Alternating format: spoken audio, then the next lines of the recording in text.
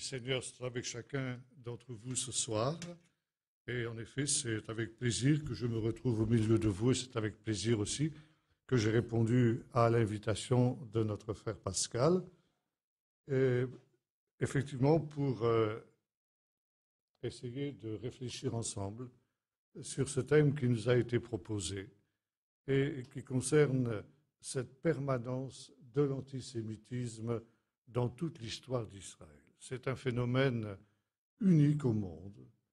Cette haine qui ne cesse de rebondir, on pourrait dire, à chaque génération, et qui a pour but des objectifs génocidaires que jamais on n'a réussi à atteindre, parce que le peuple d'Israël est un peuple qui renaît toujours de ses cendres.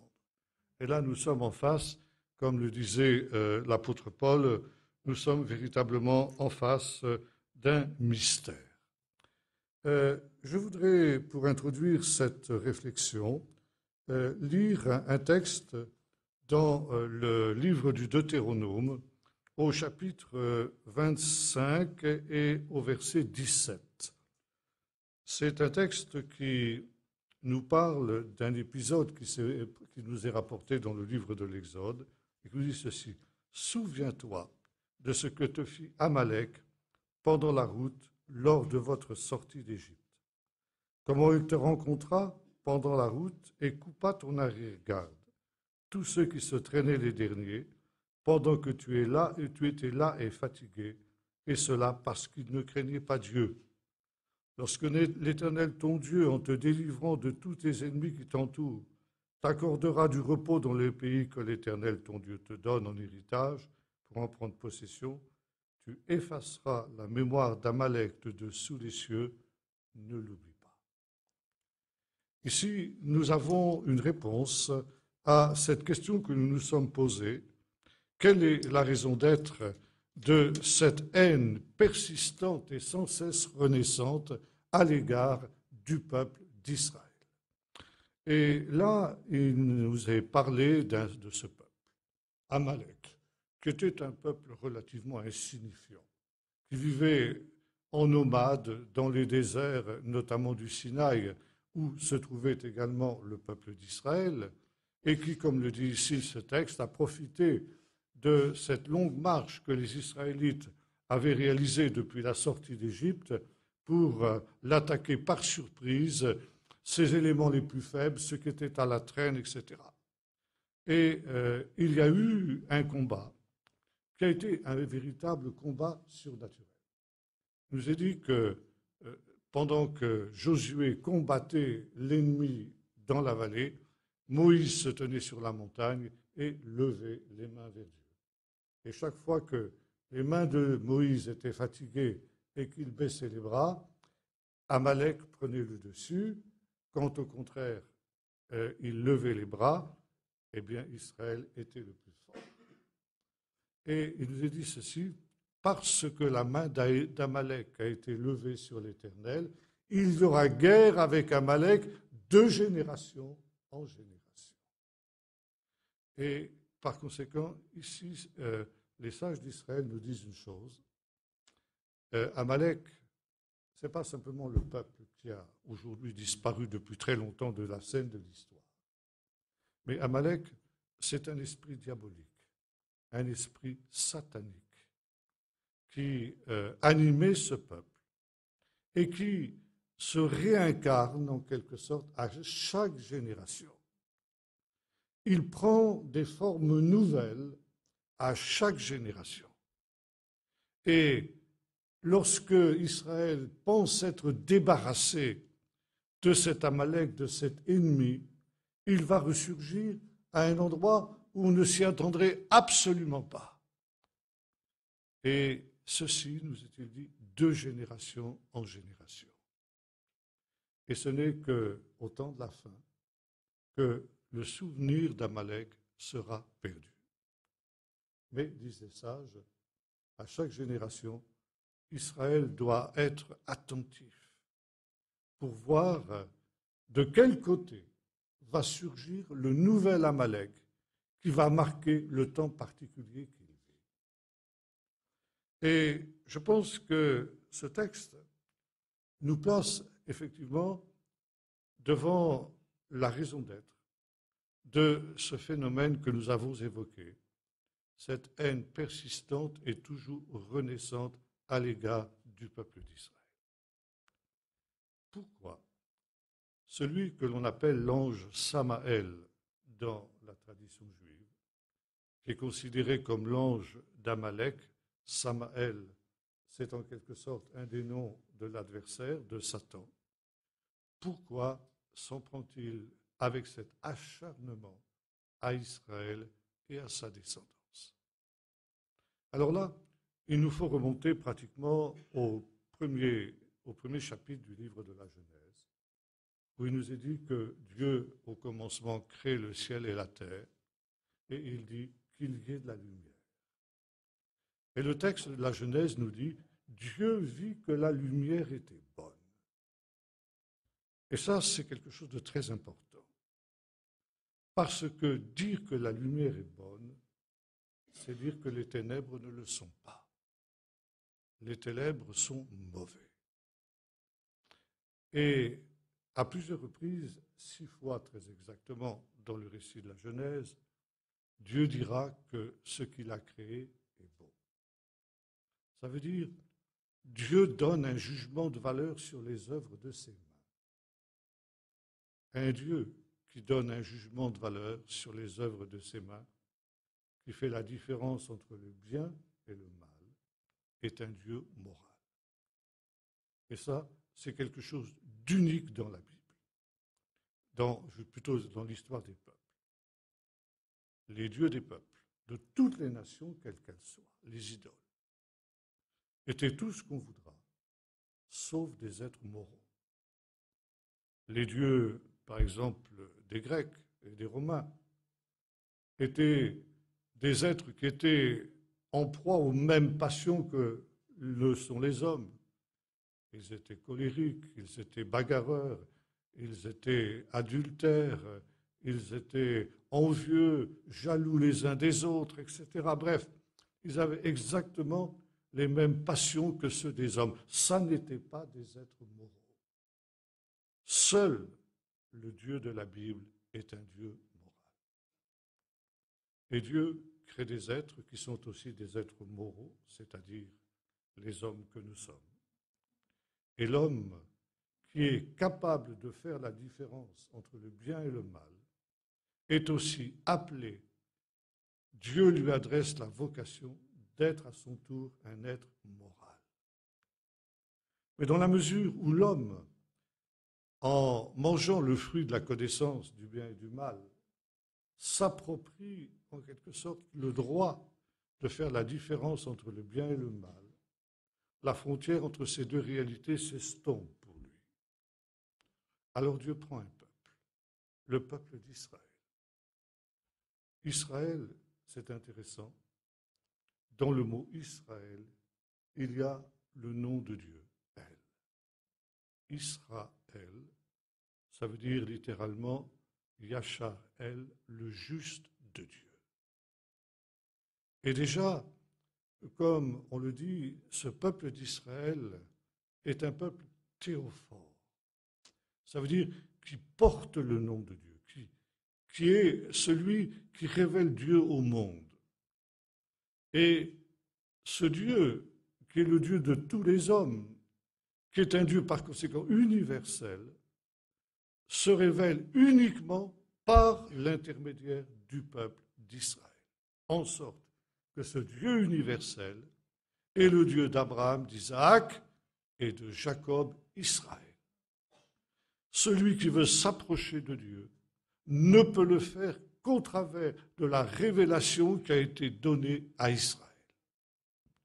Et cette révélation, elle porte un nom, c'est la Torah.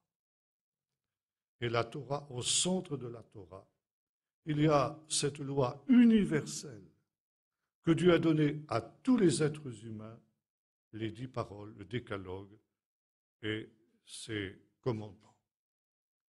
Ces commandements qui sont là comme des frontières entre le bien et le mal, qui permettent à l'homme de connaître ce que Dieu appelle bien, ce qu'il appelle mal, et quelle conduite morale il doit avoir devant Dieu. Et finalement, le vieux serpent de l'Éden est toujours à l'œuvre et incite toujours l'être humain à se révolter contre cette loi de Dieu. Et dans le psaume 2 notamment, il nous est dit que les nations s'agitent, elles forment des complots contre l'Éternel et contre son Messie. Dieu se trouve dans une situation ambiguë par rapport à l'homme, parce que l'homme a un antagonisme, l'homme naturel a un antagonisme contre Dieu, parce qu'étant pécheur, il n'accepte pas la loi de Dieu et il se révolte contre cette loi. Et non seulement il se révolte contre la loi écrite, la Bible, mais il se révolte aussi contre ce peuple qui est le porte-parole de la Torah, qui est le porte-parole de la loi de Dieu. Et la haine dont le peuple d'Israël, le peuple juif est l'objet depuis les origines jusqu'à nos jours, est en réalité une haine contre la Torah de Dieu, contre les commandements de Dieu, et contre Dieu lui-même, et enfin contre son Messie. C'est cette révolte permanente que cet esprit d'Amalek que nous avons évoqué tout à l'heure ne cesse de susciter dans le cœur des hommes de chaque génération, de chaque temps, avec effectivement des nuances, des manifestations différentes en fonction des temps de cette même haine. Mais quand on fouille au-delà de toutes les manifestations de la haine antisémite, nous allons voir tout à l'heure que ce n'est pas forcément un mot tout à fait exact.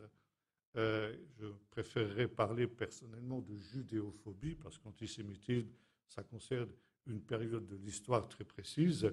La judéophobie, la haine des Juifs, c'est quelque chose qui existe depuis toujours, depuis l'existence du peuple d'Israël. Les premières manifestations de cette judéophobie, nous les trouvons en Égypte, alors que le peuple d'Israël se trouve en train de prospérer dans ce pays.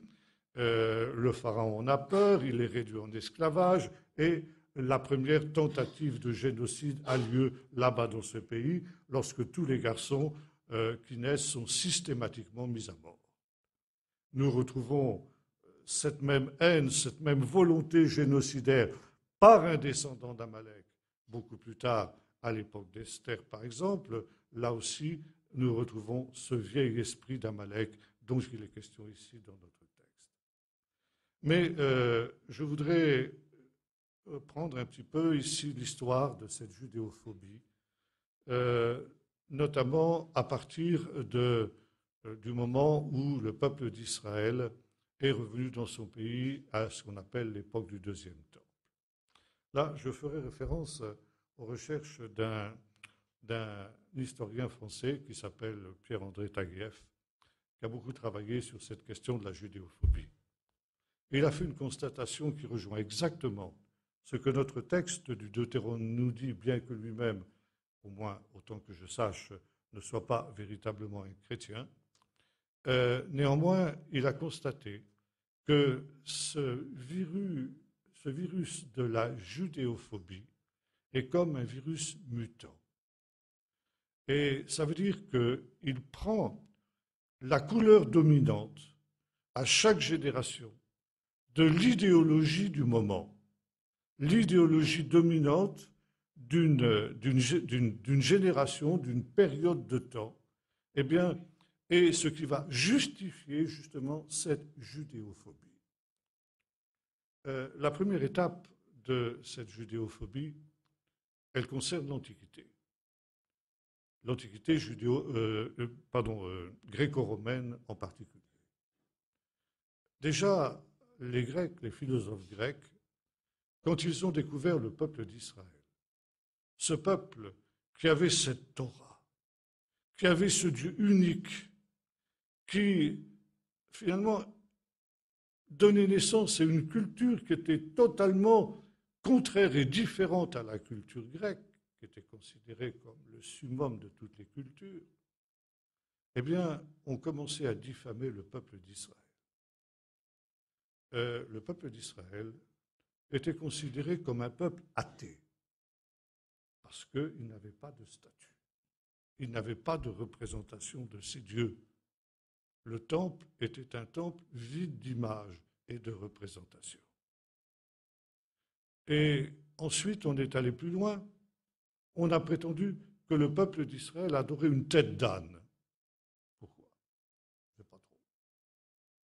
Et puis, que les Juifs, eh bien, capturaient un jeune garçon, un jeune homme juif, un jeune homme grec, pardon, à chaque fête de Pâques, et ils le sacrifiaient à ce Dieu qui était le leur, ce Dieu qui était considéré comme un Dieu unique dans ce qui deviendra l'accusation de crime rituel. Et il est tout à fait intéressant de noter que cette accusation de crime rituel, qui commence donc à cette période qui suit la révolte des Maccabées, se poursuit jusqu'à nos jours. Et il n'y a pas si longtemps que cela, qu'à la Commission des droits de l'homme à Genève, le représentant de la Syrie accusait encore le peuple juif, c'était à la fin du XXe siècle, de cette accusation de crime rituel. Ça, c'était ce que faisaient les Grecs. Les Romains ont repris ces accusations-là à leur compte, avec l'idée que le peuple juif était un peuple méprisable, parce que, d'abord, c'était un peuple qui était des paresseux. Vous vous rendez compte? Ils s'arrêtaient de travailler un jour sur 7. C'était par conséquent des gens qui étaient vraiment peu intéressants. En plus de ça, ils étaient sales. Et si vous reprenez, par exemple, des écrits de ces grands philosophes grecs, Sénèque, Tacite, Cicéron déjà aussi, à des diatribes contre le peuple juif, etc. Et voyez-vous, cet antisémitisme gréco-romain était tributaire de ce qu'était l'idéologie dominante du monde gréco-romain, c'est-à-dire la philosophie. Et l'antisémitisme gréco-romain était un antisémitisme philosophique. La Torah était quelque chose qui était absolument contraire à la philosophie grecque. Et par conséquent, ce peuple qui prétendait apporter au monde la vérité, eh bien, devait être mis à part, mis de côté et finalement rejeté. La deuxième étape de la judéophobie, c'est l'époque chrétienne, la plus longue et une des plus douloureuses dans l'histoire du peuple d'Israël. Comment le christianisme, qui est issu du judaïsme, et qui, comme le disait mon professeur de Nouveau Testament, qui était un juif orthodoxe quand j'étais à Jérusalem, est une religion juive en réalité. Le christianisme est une religion juive. Comment cette religion qui est née du judaïsme a-t-elle pu se retourner contre son origine, contre sa religion mère? Eh bien justement, là aussi, parce que le christianisme est devenu l'idéologie dominante du monde occidental depuis la conversion de Constantin au IVe siècle de notre ère jusqu'au grosso modo l'époque révolutionnaire et l'époque napoléonienne. Pendant toute cette période, le christianisme a été l'idéologie dominante du monde occidental. Et l'antisémitisme à muter, comme ce virus mutant dont parlait Pierre-André Taguieff.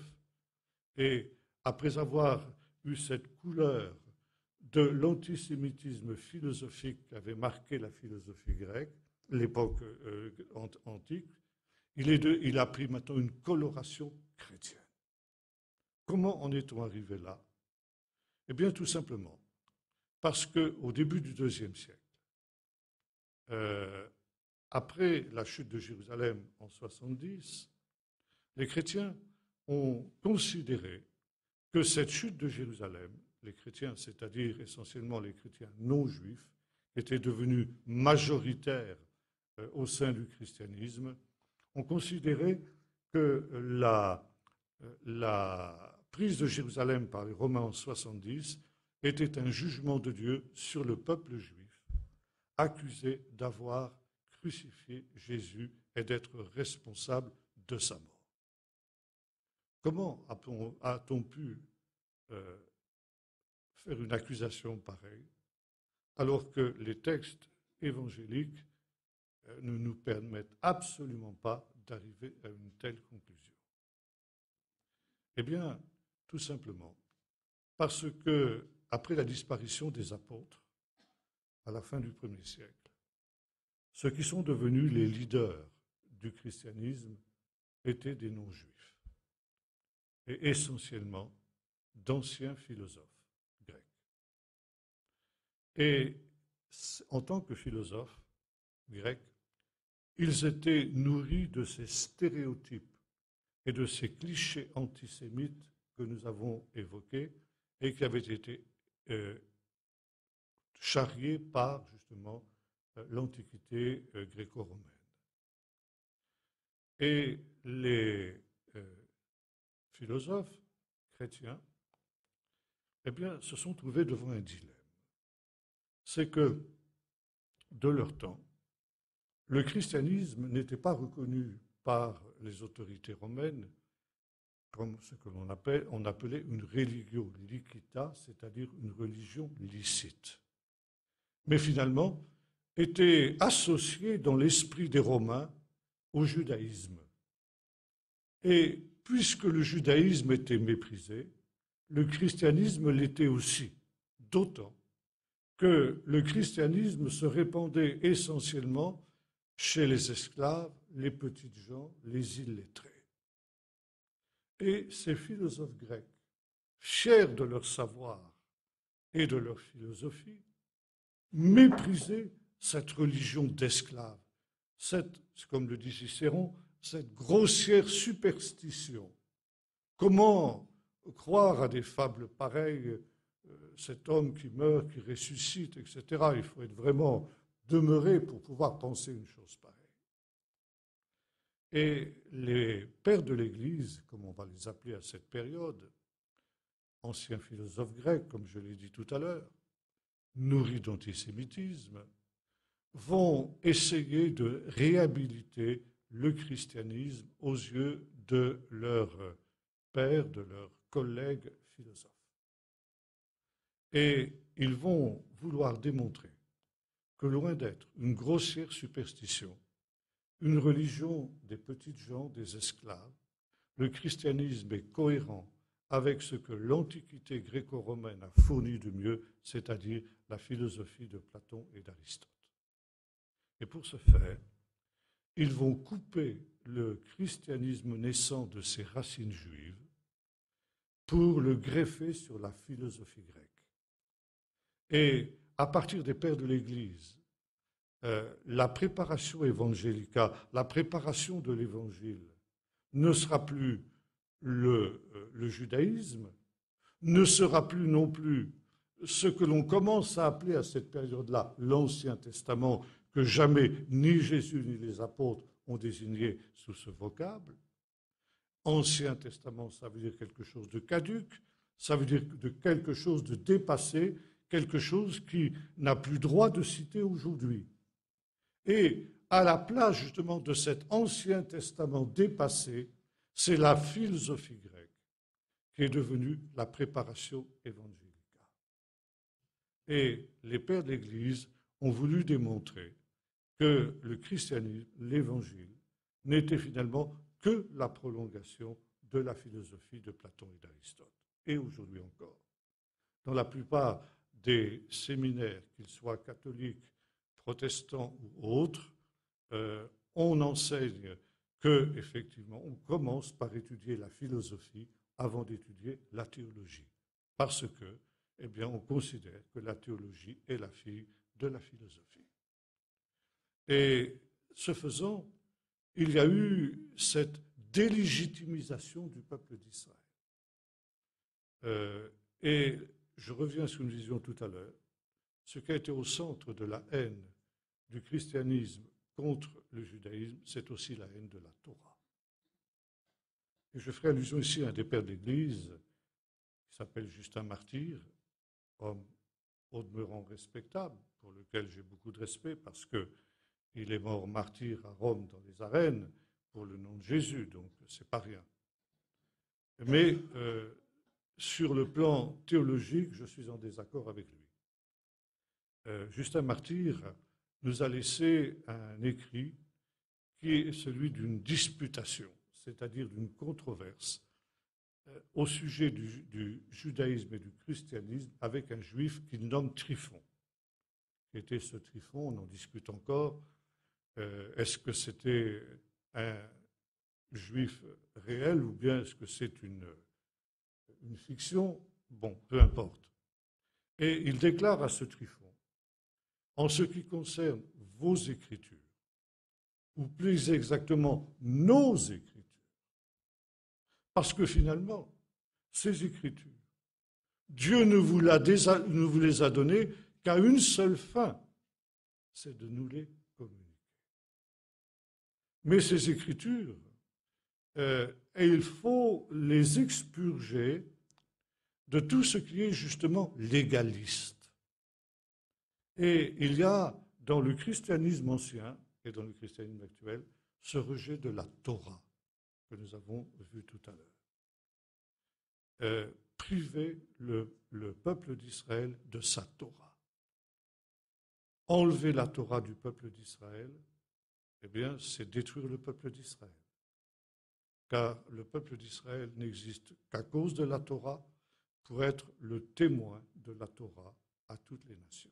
Donc, les témoins de cette moralité que Dieu exige des hommes. Et le christianisme ancien effectue une captation d'héritage et il dit le véritable peuple de Dieu c'est nous parce que justement vous les Juifs vous avez rejeté Jésus, vous l'avez même crucifié et il y a là deux accusations essentielles qui vont marquer le judaïsme dans le christianisme jusqu'à nos jours. Premièrement, le crime de déicide. Non seulement les Juifs n'ont pas cru dans le Messie Jésus, mais qui plus est, ils l'ont crucifié. C'est très discutable.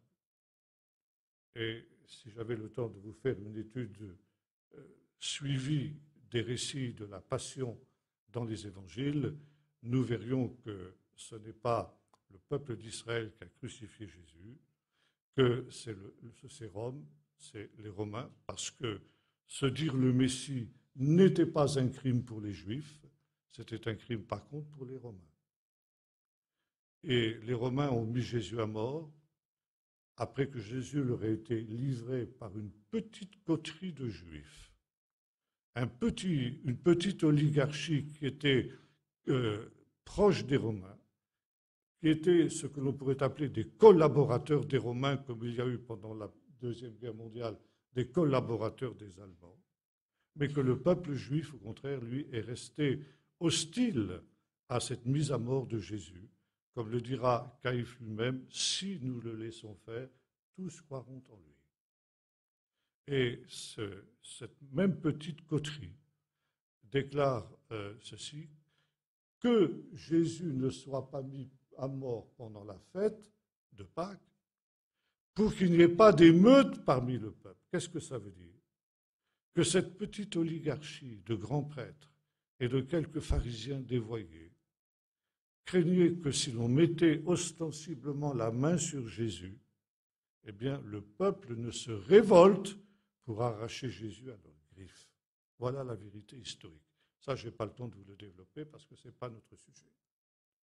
Mais voyez-vous ici, on a attribué au peuple d'Israël cette mise à mort de Jésus.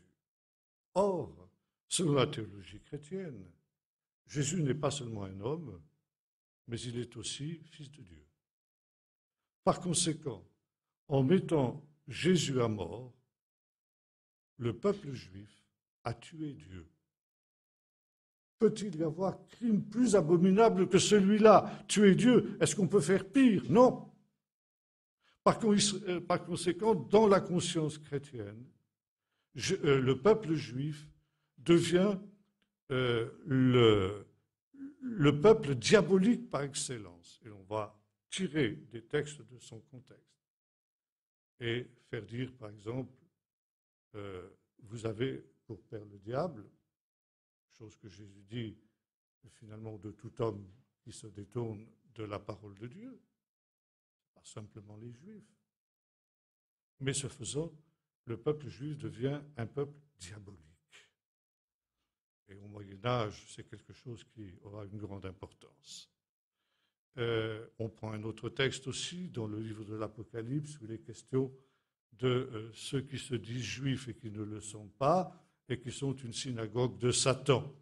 Par conséquent, les juifs se disent juifs, mais ils ne sont pas le véritable peuple d'Israël. Le véritable peuple d'Israël, c'est l'Église des païens.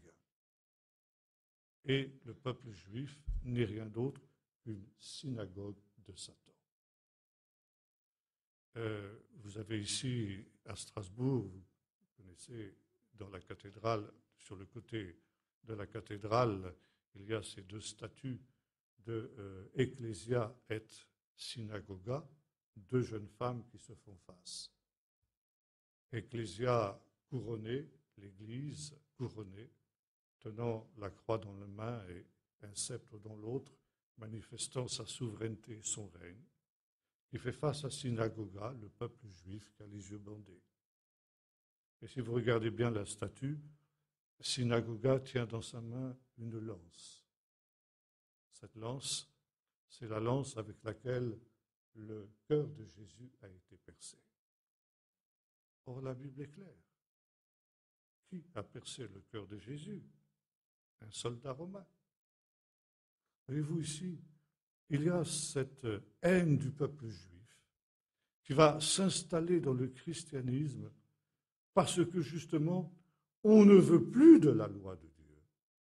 On ne veut plus de ce témoignage qui est donné par le peuple juif à cette réalité. Et on dit, Jésus a aboli la Torah. Paul dit, nous ne sommes plus sous la loi, nous sommes sous la grâce. Par conséquent, c'est toujours cette même haine de la Torah qui est rejetée. Or, que nous dit Jésus? Je ne suis pas venu pour abolir la Torah ou les prophètes.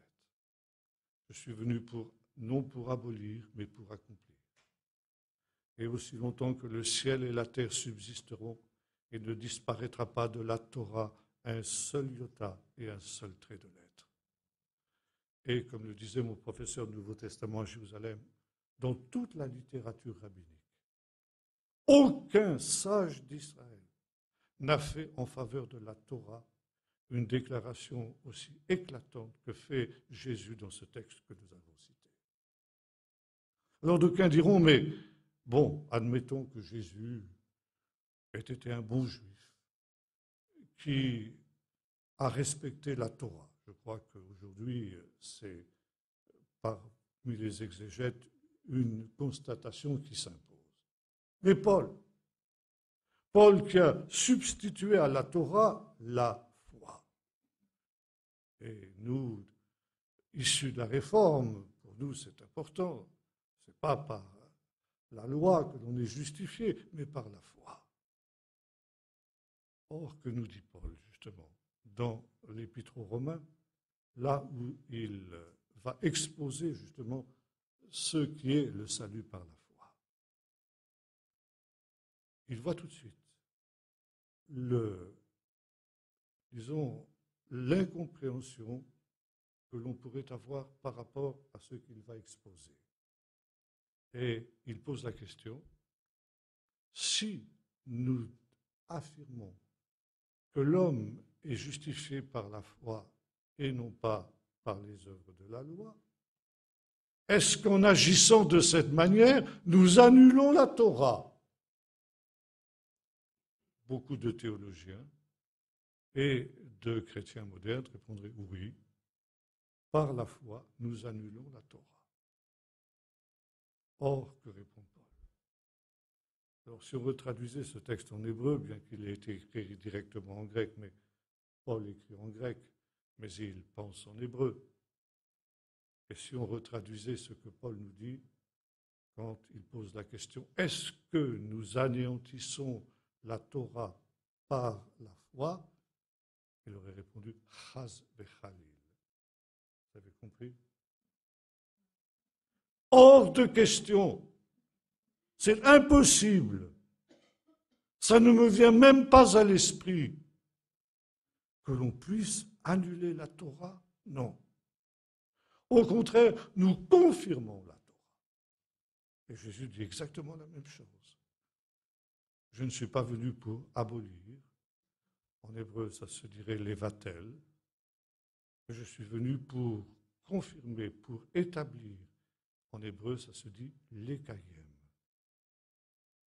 Et ça veut dire, dans le langage technique des rabbins, ça veut dire pour donner la signification exacte de la Torah. Et Paul nous dit la même chose, nous n'abolissons pas la Torah, nous l'établissons. אנחנו מקיימים את התורה. Ça veut dire, nous lui donnons sa véritable signification. Ça veut dire que cette doctrine de la justification par la foi, elle est parfaitement cohérente avec la Torah et elle est l'explication véritable de la Torah. Et il le montre dans la suite de l'épître. Déjà, Abraham a été justifié par la foi. Moïse aussi a parlé de celui qui confesse de sa bouche et qui croit dans son cœur, etc. Par conséquent, toute la Torah rend témoignage aussi du salut par la foi. Mais voyez-vous, il y a cette haine dans le cœur de chaque être humain qui veut qu'on soit absolument libéré de la Torah. Et c'est ainsi que le peuple juif va être persécuté pendant toute cette période qui va de Constantin jusqu'à la Révolution française, au nom de cette double accusation. D'abord, le peuple juif a crucifié Jésus et par conséquent, il est coupable d'un crime éternel, le pire crime que l'on puisse imaginer, crime qui ne peut jamais être pardonné. D'ailleurs, n'ont-ils pas dit que son sang soit sur nous et sur nos enfants? Et deuxièmement, parce que justement, il est déprivé, dépossédé de ses Écritures, dépossédé de sa Torah, qui est réinterprétée d'une manière libérale par le christianisme. Et c'est à la fin de cette période, dans ce que l'on appelle le siècle des Lumières, le XVIIIe siècle, qu'un tournant va avoir lieu. Déjà, quelques années avant la Révolution française, les autorités françaises proposent un concours. Le peuple juif, le peuple d'Israël, pose un problème dans l'Europe. Dans l'Europe, depuis justement l'avènement du christianisme, et on le considère, selon les stéréotypes qui sont hérités de la philosophie grecque dont nous avons parlé, philosophie grecque qui renaît d'ailleurs à cette époque des Lumières, comme un peuple décadent et dégénéré. Et les autorités françaises proposent un concours pour qu'on réfléchisse sur la manière de régénérer le peuple juif. Régénérer le peuple juif parce que le peuple juif est un peuple dégénéré, donc il faut pouvoir le régénérer pour qu'il puisse prendre part à la société européenne qui est en mutation à cette période du XVIIIe siècle qu'on appelle le siècle des Lumières. C'est d'ailleurs un ecclésiastique, l'abbé Grégoire, qui va remporter ce concours.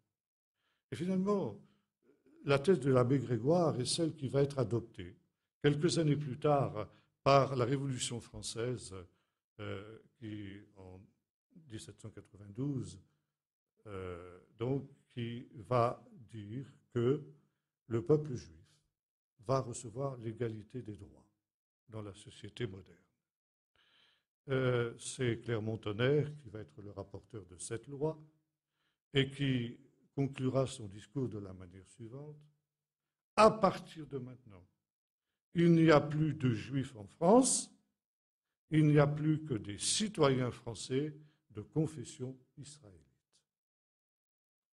Alors, on peut considérer que c'est une victoire formidable pour le peuple d'Israël. On pourrait dire que c'est une victoire à la Pyrrhus.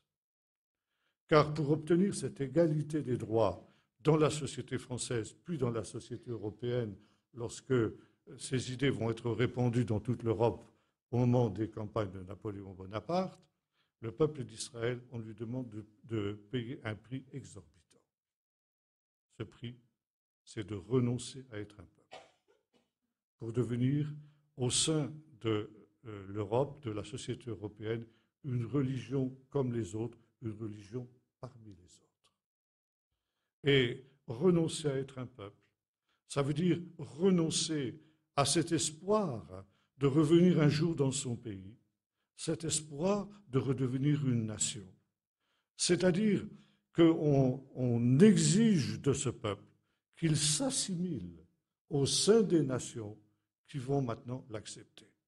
Citoyens français pour les Juifs de France, citoyens allemands pour les Juifs d'Allemagne, citoyens d'Autriche pour les Juifs d'Autriche, etc., etc. Et cette situation va perdurer jusqu'à aujourd'hui. Et c'est ainsi que les Juifs vont s'intégrer dans la société européenne, profondément marquée par cette judéophobie qui a marqué les siècles précédents. Et c'est alors qu'un certain nombre de gens constatent une chose, c'est que les Juifs réussissent très très bien dans cette société qui leur est ouverte. Pourquoi? Parce que c'est un peuple intelligent. Intelligent parce qu'il est racialement supérieur aux autres? Pas du tout. À cause de la Torah, justement. Parce que, comme le dit le livre des Proverbes, l'étude de ta Torah rend sage. Et l'intelligence du peuple d'Israël, elle vient justement de l'étude de la Bible. Et voilà que, eh bien, la société européenne dite chrétienne se sent menacée par le succès des Juifs. Et là, une nouvelle forme de judéophobie va naître. Une nouvelle forme de judéophobie qui sera aussi une judéophobie de type philosophique. Nous revenons ici à une période post-chrétienne. À partir de la Révolution française et du XVIIIe siècle, le christianisme est mis de côté et on veut revenir justement à ce qui est le culte de la raison, de ce qui est la logique, etc. et évacuer toutes ces grossières superstitions, on revient à ce qui était à l'époque de l'Empire romain, et donc tout ce qui est religieux est considéré comme du domaine de la superstition. Et voilà qu'il y a non seulement ici ce vouloir revenir à la philosophie, mais cela entraîne une haine du christianisme. Et les philosophes de l'époque, à commencer par Voltaire par exemple en France, considèrent que le christianisme a été enfanté par le judaïsme. Et ils vont vouer dans une même haine le christianisme et le judaïsme. Et le judaïsme va être tenu pour responsable de tous les maux, réels ou supposés, que le christianisme a amenés à l'Europe. Et les philosophes du XVIIIe siècle vont considérer que le judéo-christianisme est un système de pensée venu d'Orient et absolument étranger au génie de l'Europe. Le génie de l'Europe est fondé justement sur la philosophie grecque. Et ce peuple sémite, ce peuple oriental qu'est le peuple juif, qui est venu s'installer en Europe comme une sorte de peuple parasite, a apporté avec lui une idéologie, le judéo-christianisme, qui était contraire au génie européen et qui a fait dévier l'Europe de sa vocation. Si bien que le judaïsme est considéré comme un élément qui joue un rôle négatif, destructeur au sein de l'Europe, quelque chose qui est étranger à l'Europe. Les Juifs que l'on a tenté d'intégrer dans la société moderne, en fait, sont rejetés parce que justement, ils sont des sémites, c'est-à-dire des orientaux, des non-européens. Et c'est là que l'on commence à parler d'antisémitisme. Je noterai par exemple un texte très intéressant que l'on doit à un certain Ernest Renan, professeur au Collège de France, ancien séminariste défroqué, et qui a écrit une prière sur l'Acropole, c'est-à-dire à Minerve, Athéna, la déesse patronne d'Athènes, déesse aussi de la sagesse. Et dans cette prière, il dit que sont venus, malheureusement, alors que Athéna et sa sagesse étaient en train de gagner l'Europe, sont venus d'Orient cette race maudite des Juifs qui ont apporté des philosophies étrangères. Et qu'il est temps maintenant, il supplie la déesse, eh bien, d'anéantir ces miasmes qui ont été semés par cette race maudite de Juifs pour que l'Europe retrouve son véritable génie. Et alors que l'on pensait avec l'abbé Grégoire que si les Juifs renonçaient à être un peuple, eh bien, ils allaient pouvoir être intégrés dans la société européenne, et un courant de rejet naît en Europe à partir du XVIIIe, du XIXe, qui considère effectivement les Juifs comme des parasites, qui apportent une philosophie absolument étrangère et qui s'oppose justement à ces fameuses Lumières. Bien qu'un certain nombre de Juifs soient allés très très loin dans ce domaine-là, ils ont renoncé au retour à Sion, etc. D'autres tentent à fond de se convertir au christianisme pour échapper aussi à cet antisémitisme qui naît à cette période-là. Et c'est dans ce contexte aussi qu'éclate la fameuse affaire Dreyfus, qui lui aussi était un juif parfaitement intégré, mais qui va provoquer une véritable explosion d'antisémitisme en France. Vous savez comment un jeune journaliste hongrois, juif assimilé au demeurant, Theodor Herzl, a suivi le procès et la dégradation du capitaine Dreyfus pour le compte de son journal. Et Herzl raconte qu'au moment de la dégradation du capitaine Dreyfus dans la cour d'honneur de l'école militaire des Invalides, il a entendu la foule crier, non pas mort à Dreyfus, mais mort aux Juifs. Et lui, le juif assimilé, le juif qui voulait vraiment effacer toute sa judéité, comme beaucoup de juifs européens de cette période-là, a été bouleversé. Comment? Dans cette France qui a été à l'origine des droits de l'homme, on peut, en plein XIXe siècle, à la fin du XIXe siècle, entendre la foule crier « mort aux Juifs », mais c'est quoi cette affaire? Dreyfus est juif. Bon, à cette époque-là, on ne pouvait encore penser qu'il était coupable. Herzl aurait fort bien compris que l'on crie mort à Dreyfus. Ok, ça c'est possible. Mais mort aux juifs. Dreyfus est juif, d'accord. Mais en quoi les juifs ont à voir avec sa trahison réelle ou supposée? Si Herzl avait été catholique, est-ce qu'on aurait crié mort aux catholiques? Bien sûr que non. Herzl dit, si en France, la France, mère des droits de l'homme, cette France qui nous a apporté à nous, juifs, la libération, l'émancipation, si dans cette France-là, on peut voir une telle haine anti-juive, ça veut dire que l'antisémitisme est une réalité qui ne peut pas être exterminée du cœur de l'homme, et notamment qui est une partie intégrante de la culture européenne. Et en un instant, Herzl a compris que dans cette Europe qui était issue des Lumières, eh bien, le peuple juif était en danger de mort. Mort aux Juifs, ça voulait dire la Shoah. Et en un instant, Herzl a compris qu'on allait droit vers cette destruction du peuple juif. Et il s'est dit, il y a une seule solution, c'est que le peuple juif sorte d'Europe avant que la catastrophe ne s'abatte sur lui.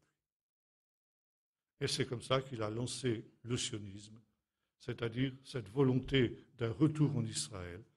Et il a utilisé la fin de sa courte vie, puisqu'il est mort à 44 ans, pour exhorter son peuple à revenir dans le pays de ses pères et de sortir d'Europe avant que la catastrophe ne s'abatte. Malheureusement, il n'a pas été pris au sérieux. Je dis, mais non.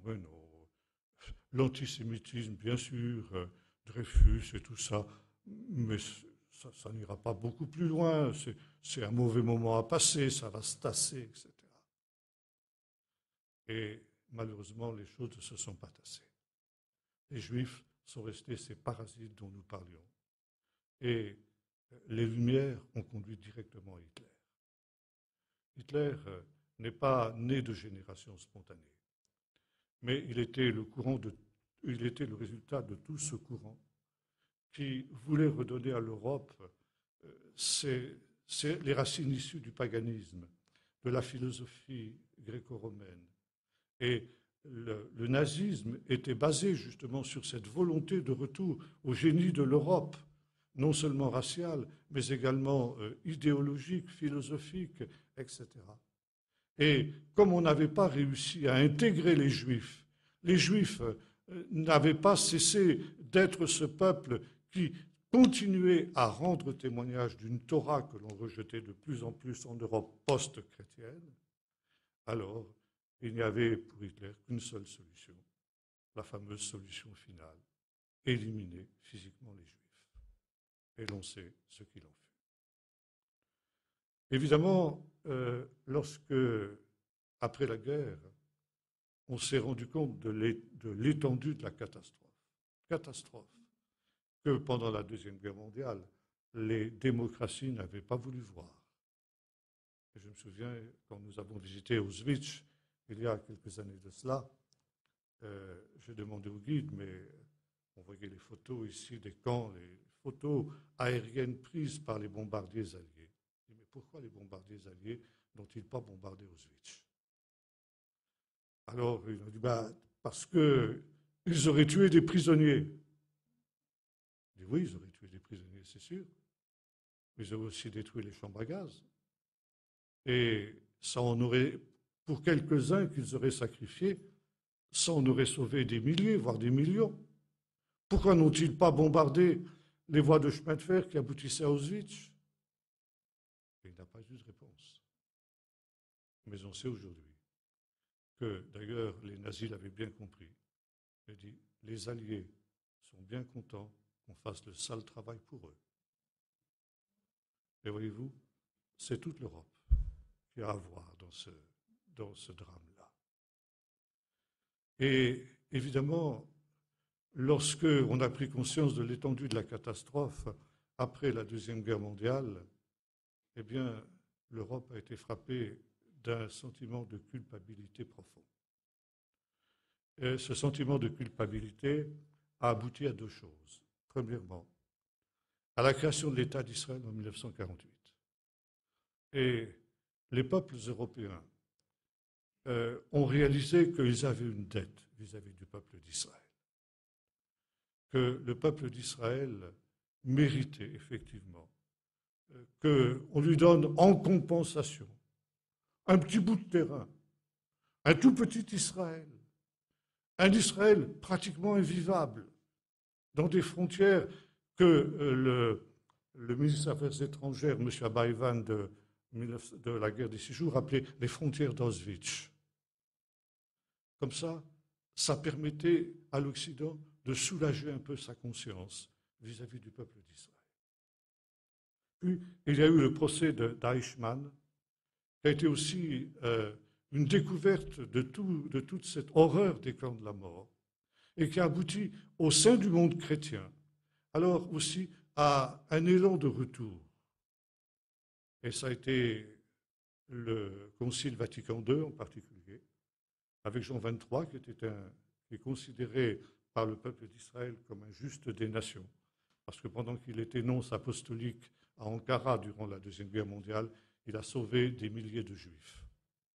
Et Jean XXIII, quand il est arrivé à Auschwitz, il a eu cette parole, Hoc est corpus Christi. Ceci, c'est le corps de Christ. Quand il a vu tous ces cadavres, etc., il a dit, ça, c'est le corps de Christ. Et avec la collaboration d'un historien juif français qui s'appelait Jules Isaac, avec des gens comme le cardinal Béat, eh bien, l'Église romaine a fait son aggiornamento. Et notamment, au moment du Vendredi Saint, au moment de la cérémonie qui avait lieu dans la cathédrale Saint-Pierre à Rome, il y avait un temps où l'on priait pour différents sujets.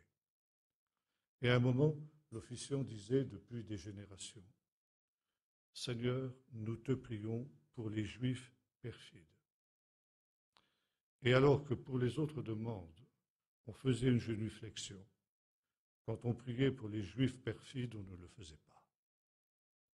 Et ce fameux Vendredi Saint, Jean XXIII a interrompu l'officiant et lui a dit, tu ne lis pas ce texte. On ne prie pas pour les Juifs perfides. Les Juifs ne sont pas des Juifs perfides. Et voyez-vous, il y a eu une redécouverte du peuple juif. Et il y a eu un élan de repentance au sein du monde chrétien. Les évangéliques avaient déjà commencé auparavant. Et l'on pouvait penser qu'avec justement cette nouvelle orientation, eh bien, finalement, ce vieux démon de l'antisémitisme allait enfin disparaître. Et dans ma jeunesse, il n'était plus question d'antisémitisme. Tout le monde était évidemment convaincu que c'était une aberration, que c'était quelque chose qui ne reposait sur rien. Les Juifs n'avaient rien à voir dans tous les malheurs de l'humanité. Et puis, deux événements se sont produits. Le premier, ce fut la guerre des 6 jours. Et le deuxième, la guerre du Kippour en 1973. Et à la suite de la guerre du Kippour, les Arabes ont imposé un embargo pétrolier sur l'Europe.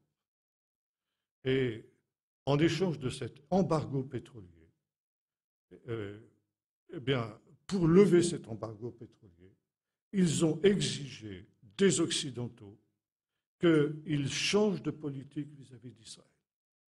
Israël, en tant qu'État, qui avait une, comment dirais-je, qui était vu d'une manière positive par l'ensemble, la quasi-totalité des peuples européens, eh bien, a été maintenant diabolisé pour, justement, en échange du pétrole.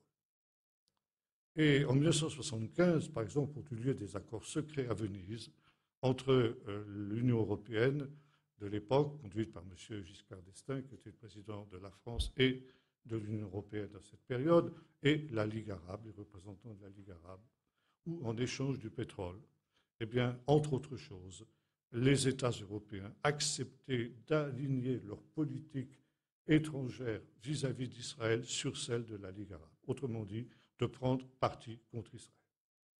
Et depuis, nous avons pu assister à un déferlement, à un déchaînement médiatique sans précédent pour diaboliser Israël. Diaboliser Israël, et ce courant s'est appelé l'antisionisme. En 1975 également, le sionisme a été officiellement condamné par l'ONU comme étant une forme de racisme. Donc les sionistes étaient des racistes. Ils n'étaient plus victimes du racisme, ils étaient eux-mêmes des racistes, et entre faire d'eux un peuple raciste et un peuple nazi, il n'y avait qu'un pas qui a été franchi.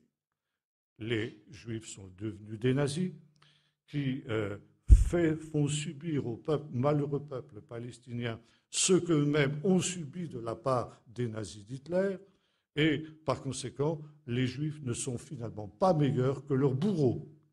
Et en même temps, ça donne bonne conscience. Si les Juifs peuvent se comporter comme des nazis vis-à-vis des Palestiniens, après tout, eh bien que les Européens les aient abandonnés aux griffes d'Hitler pendant la guerre, c'est finalement pas si grave que ça. Après tout, ils le méritaient bien, puisqu'ils font maintenant la même chose aux Palestiniens. Et voyez-vous, il y a maintenant ici cette mauvaise conscience de l'Occident qui, maintenant, eh bien, se répercute de deux manières.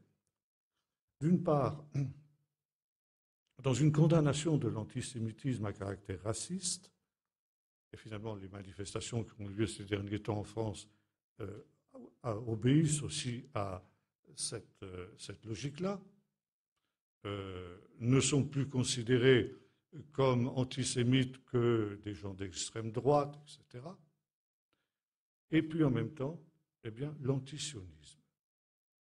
L'antisionisme, c'est l'opposition à l'existence d'Israël en tant qu'État. Mais quand on est antisioniste, on n'est pas antisémite. On peut même être ami des Juifs, et même il y a des Juifs antisionistes. Et vous avez constamment, à la radio, à la télévision, des Juifs antisionistes soigneusement triés sur le volet pour cette raison même qu'ils sont antisémites, qui viennent accuser l'État Israël de tous les maux, de tous les péchés d'Israël. Bon. Ce faisant, on distingue justement ces deux réalités, antisionisme et antisémitisme. Et alors qu'on fait d'émouvantes commémorations au moment de la libération des camps de la mort, au moment de la rafle du Veldiv, etc., où tout le monde se répand en grand serment, la main sur le cœur, plus jamais ça. Et en même temps, eh bien, on ferme les yeux sur le fait que les États arabes sont en train de préparer une nouvelle Shoah pour ce qui concerne les Israéliens. Mais ça, on ne veut pas le savoir. Or, effectivement, qu'est-ce que l'antisionisme? Il y a quelques années de cela, on m'a demandé à intervenir dans une télévision suisse au sujet d'un livre qui avait été écrit par deux pasteurs évangéliques suisses au sujet d'Israël. Et ces deux pasteurs exprimaient le fait qu'ils étaient à fond contre l'antisémitisme, qu'il n'y avait pas plus grand ami des Juifs qu'eux, mais qu'en même temps, ils ne supportaient pas l'existence d'un État juif. Ils étaient antisionistes. Et ces deux auteurs avaient voulu présenter leur livre à une télévision chrétienne. Le directeur de cette télévision avait été honnête, il avait dit « OK, à condition qu'il y ait quelqu'un qui vous donne la contradiction ». Alors on avait cherché en Suisse quelqu'un, un David qui aille affronter ces deux géants Goliath, puis finalement, personne n'avait osé aller les affronter. C'était l'époque où je devais me rendre en Suisse, et quelqu'un dit « Tiens, mais il y a justement Jean-Marc Taubois qui vient à cette période-là, est-ce qu'on ne pourrait pas lui demander, lui ?» Alors ils m'ont téléphoné, ils m'ont dit « Est-ce que vous êtes d'accord d'aller affronter ces deux personnages ?» J'ai dit « Écoutez, donnez-moi d'abord leur livre, puis je verrai ce que je vais faire. » Honnêtement, ça ne m'emballait pas, croyez-moi. Mais quand j'ai lu ce livre, c'était le pire livre que j'ai jamais lu contre Israël. Et quand j'ai lu ça, je dis, je ne peux pas laisser passer, j'y vais. Et quand je suis arrivé sur le plateau de télévision, je me suis rendu compte que le journaliste était membre de l'église de ces deux messieurs. Donc déjà, l'idée était quelque peu piégée. Alors, il a commencé par donner la parole à celui des deux qui était là, qui a fait cette déclaration, mais oui, bien sûr, nous aimons les Juifs, nous sommes contre l'antisémitisme, nous condamnons toute forme d'antisémitisme, etc. Mais le sionisme, bon, il a fait son discours. Après ça, donc, le journaliste se tourne vers moi et dit, Monsieur Taubois, vous serez bien sûr d'accord avec, dire avec notre ami qui vient de s'exprimer là, que l'on peut être antisioniste tout en étant contre l'antisémitisme. Je dis non. Pour moi, antisémitisme et antisionisme, c'est la même chose. L'antisionisme est le dernier avatar de ce virus mutant dont nous avons parlé tout à l'heure. Et je vous le prouve. Qu'est-ce que l'antisémitisme? Comment le définir? L'antisémitisme, c'est refuser aux Juifs ce que l'on accepte de tous les autres.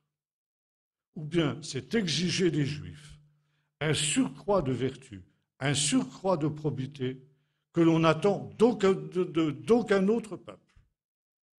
Or, selon la charte de l'ONU, n'importe quelle ethnie perdue, par exemple, dans une île au fin fond de l'océan Indien ou de l'océan Pacifique, une île où il y a 300 000 habitants, 500 000 habitants, cette île a le droit de s'autodéterminer et de devenir un État indépendant reconnu par l'ONU. Et le peuple juif, le plus ancien de tous les peuples, qui a traversé l'histoire, auquel nous devons l'essentiel de notre civilisation, c'est le seul peuple auquel on refuserait le droit de s'autodéterminer? Si ce n'est pas de l'antisémitisme, ça, expliquez-moi ce que c'est. Et là, ils ont eu la bouche fermée. Vous vous dire qu'après, il n'était pas content, le monsieur. Mais voyez-vous, ici, l'antisémitisme, c'est effectivement ce virus mutant. Et aujourd'hui, grâce à cette propagande, par exemple la propagande de M. Arafat, après Goebbels, Arafat a été le plus grand génie de la propagande qui ait jamais existé.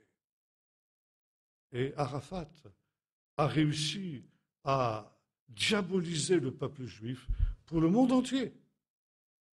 Dans quel but? Eh bien, préparer son extermination, comme Hitler, par une propagande bien étudiée, avait préparé le peuple allemand et les peuples européens à l'idée d'une destruction du peuple juif. Et aujourd'hui, nous vivons dans cette situation-là. Une situation qui est d'autant plus, comment dirais-je, grave que le fait que nous ayons dans nos pays d'Europe une population arabe, maghrébine, musulmane extrêmement importante. Ces gens-là, donc, sont animés aussi par la haine du peuple juif, qui est distillée dans le Coran. Et par exemple, dans le Coran, les Juifs sont qualifiés de gens que Dieu, Allah, a transformés en singes et en cochons. Et dans le hadith, ce n'est pas dans le Coran exactement, encore qu'il y a un verset dans le Coran qui dit ça quand même, qu'au temps de la fin, donc, quand l'antichrist musulman aura été vaincu, eh bien, les Juifs se cacheront derrière les arbres. Et chaque arbre dira aux musulmans, il y a un Juif qui se cache derrière moi, viens et tue-le. Donc ici, un nouveau massacre des Juifs. Et vous savez que, par exemple, les ayatollahs iraniens ne cachent pas leur but d'une Shoah nucléaire. Ils sont en train de préparer des bombes atomiques dans le seul but d'exterminer, d'effacer Israël de toute la surface de la terre. Ça, on le sait. Et nos dirigeants se courbent devant les ayatollahs, font des contrats commerciaux avec eux, ferment les yeux sur la fabrication de la bombe atomique, etc. Et de fait, c'est cette population maghrébine immigrée, antisémite, eh bien, joue sur les sentiments latents antisémites de l'Europe pour faire ressortir ce vieil antisémitisme. Et là, ils ont pris conscience qu'il y a cet élément culturel qui est inhérent à la culture de l'Europe. L'antisémitisme est un des éléments essentiels de cette culture européenne, ce qui n'est pas vrai pour les États-Unis, par exemple. Mais en Europe, c'est ainsi. Et cet antisémitisme arabe qui vient se greffer sur cet antisémitisme séculaire de l'Europe fait qu'il y a aujourd'hui ce réveil et cette explosion d'antisémitisme dont nous sommes les témoins pendant ce temps. Alors, que conclure de cette situation? Que c'est quelque chose de grave et que c'est quelque chose qui nous concerne. Parce que, comme le disait Hitler, quand nous en aurons fini avec les Juifs, nous nous occuperons des chrétiens. Et dans les rues de Gaza, de Beyrouth et autres lieux, on chante ceci. Nous combattrons le samedi et puis nous combattrons le dimanche. Vous comprenez ce que ça veut dire?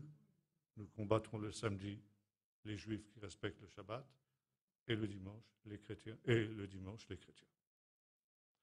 Par conséquent, tous les chercheurs sont d'accord que lorsque l'on commence à toucher aux Juifs, ceux qui sont ensuite les deuxièmes sur la liste noire, ce sont les chrétiens. Et voyez-vous ce qui se passe? On aurait tendance, et dans notre frère le rappelait tout à l'heure, même les autorités évangéliques minimisent cette réalité, ne sont pas émus par elle, alors qu'ils devraient être les premiers à monter au créneau, parce qu'en défendant Israël, nous nous défendons nous-mêmes. Nous sommes directement menacés parce que finalement le christianisme, qu'on le veuille ou non, est fille du judaïsme et le christianisme est une religion juive. Et c'est pourquoi c'est quelque chose qui nous concerne directement. C'est quelque chose qui nous menace nous aussi. Nous nous sauverons ensemble ou nous périrons ensemble. Et voyez-vous, c'est aujourd'hui non seulement l'avenir du judaïsme qui est menacé en Europe, puisque ce qu'on recherche, c'est une Europe Judenrein, ça veut dire vidée de ses juifs, mais c'est aussi le christianisme en Europe qui est menacé. Et là, justement, il faut en prendre conscience et réagir. Réagir, comment? Ça, nous le verrons demain, Dieu voulant. On aura l'occasion d'en reparler. Mais j'ai voulu ce soir vous faire rapidement cette fresque de ce qui s'est passé et que nous comprenions bien ce que nous est dit ici. Souviens-toi de ce que te fit Amalek. Non seulement c'est une recommandation qui est faite au peuple d'Israël, mais c'est une recommandation qui nous est faite aussi à nous chrétiens, parce que Amalek nous en veut autant qu'il en veut au peuple d'Israël et cherche à nous exterminer comme il cherche à exterminer le peuple d'Israël. Et la première réalité, c'est d'identifier l'ennemi. Cet ennemi, justement, qui, comme le virus mutant dont nous parlions tout à l'heure, prend des formes nouvelles à chaque période. Et aujourd'hui, n'est-ce pas, on peut effectivement aller défiler en disant non à l'antisémitisme, etc. Mais si en même temps, on ne prend pas parti contre l'antisionisme, eh bien, on rate le but. Parce que finalement, si les Juifs sont persécutés aujourd'hui dans nos pays, c'est parce qu'ils sont considérés par notamment les musulmans comme des sionistes en puissance. Et ils ne font pas la différence entre les deux choses. Et aujourd'hui, dans le monde chrétien, on hésite à prendre parti pour le sionisme parce que vous comprenez, c'est mal vu, c'est politique, etc. Or, eh bien, nous aussi, nous avons à être de ceux qui ont cette vision du retour à Sion. Et le prophète exhortait les nations à porter les Juifs sur leurs épaules pour les ramener dans leur pays avec leur argent et leur or. C'est le seul moyen d'être béni, selon ce que Dieu avait dit à Abraham, je bénirai ceux qui te béniront, je maudirai ceux qui te maudiront. Aujourd'hui, effectivement, être antisémite, être antisioniste, eh bien, c'est se dresser contre le plan de Dieu qui est en train de ramener les Juifs dans son pays, dans sa Sion de Jérusalem. Et ça, c'est quelque chose auquel nous avons à collaborer parce que notre salut, nous, en tant que chrétiens, en dépend. Nous allons prier. Seigneur notre Dieu, nous avons examiné brièvement cet esprit d'Amalek. Cet esprit d'Amalek qui se dresse contre ton peuple, ta Torah, et finalement contre ton Messie et contre toi-même. Et Seigneur, nous voyons aujourd'hui cette réalité qui se met en place devant nos yeux dans nos pays, Seigneur, où ce vieux serpent est en train de relever la tête. Et avec audace, sous des formes nouvelles. Et Seigneur, nous réalisons qu'il a même réussi à pénétrer le christianisme. Et Seigneur, nous nous humilions pour tout ce que le christianisme a pu commettre dans ce domaine-là, de réalités qui ont aussi préparé la Shoah. De tous ceux, Seigneur, qui aussi sont restés indifférents pendant cette période de la Shoah, y compris parmi le peuple chrétien. Et aujourd'hui, Seigneur, tu nous appelles aussi à ne pas rester dans cette indifférence face à ce qui est en cours. Seigneur, tu nous le reprocherais comme tu le ferais pour nos pères si nous restions aussi aujourd'hui dans le silence. Aussi, Seigneur, nous voulons nous dresser non seulement, Seigneur, par égard pour ton peuple, mais aussi parce que nous savons que c'est nous-mêmes qui sommes aussi menacés par cet esprit d'Amalek. Et Seigneur, tu nous dis, tu extermineras Amalek. Et nous savons, Seigneur, que ce n'est pas par la chair et le sang que nous exterminerons ces puissances des ténèbres, mais que c'est un combat spirituel. Tu extermineras la mémoire d'Amalek, ne l'oublie pas.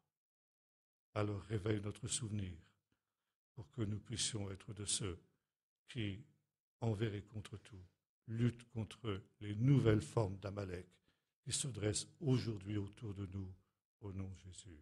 Amen.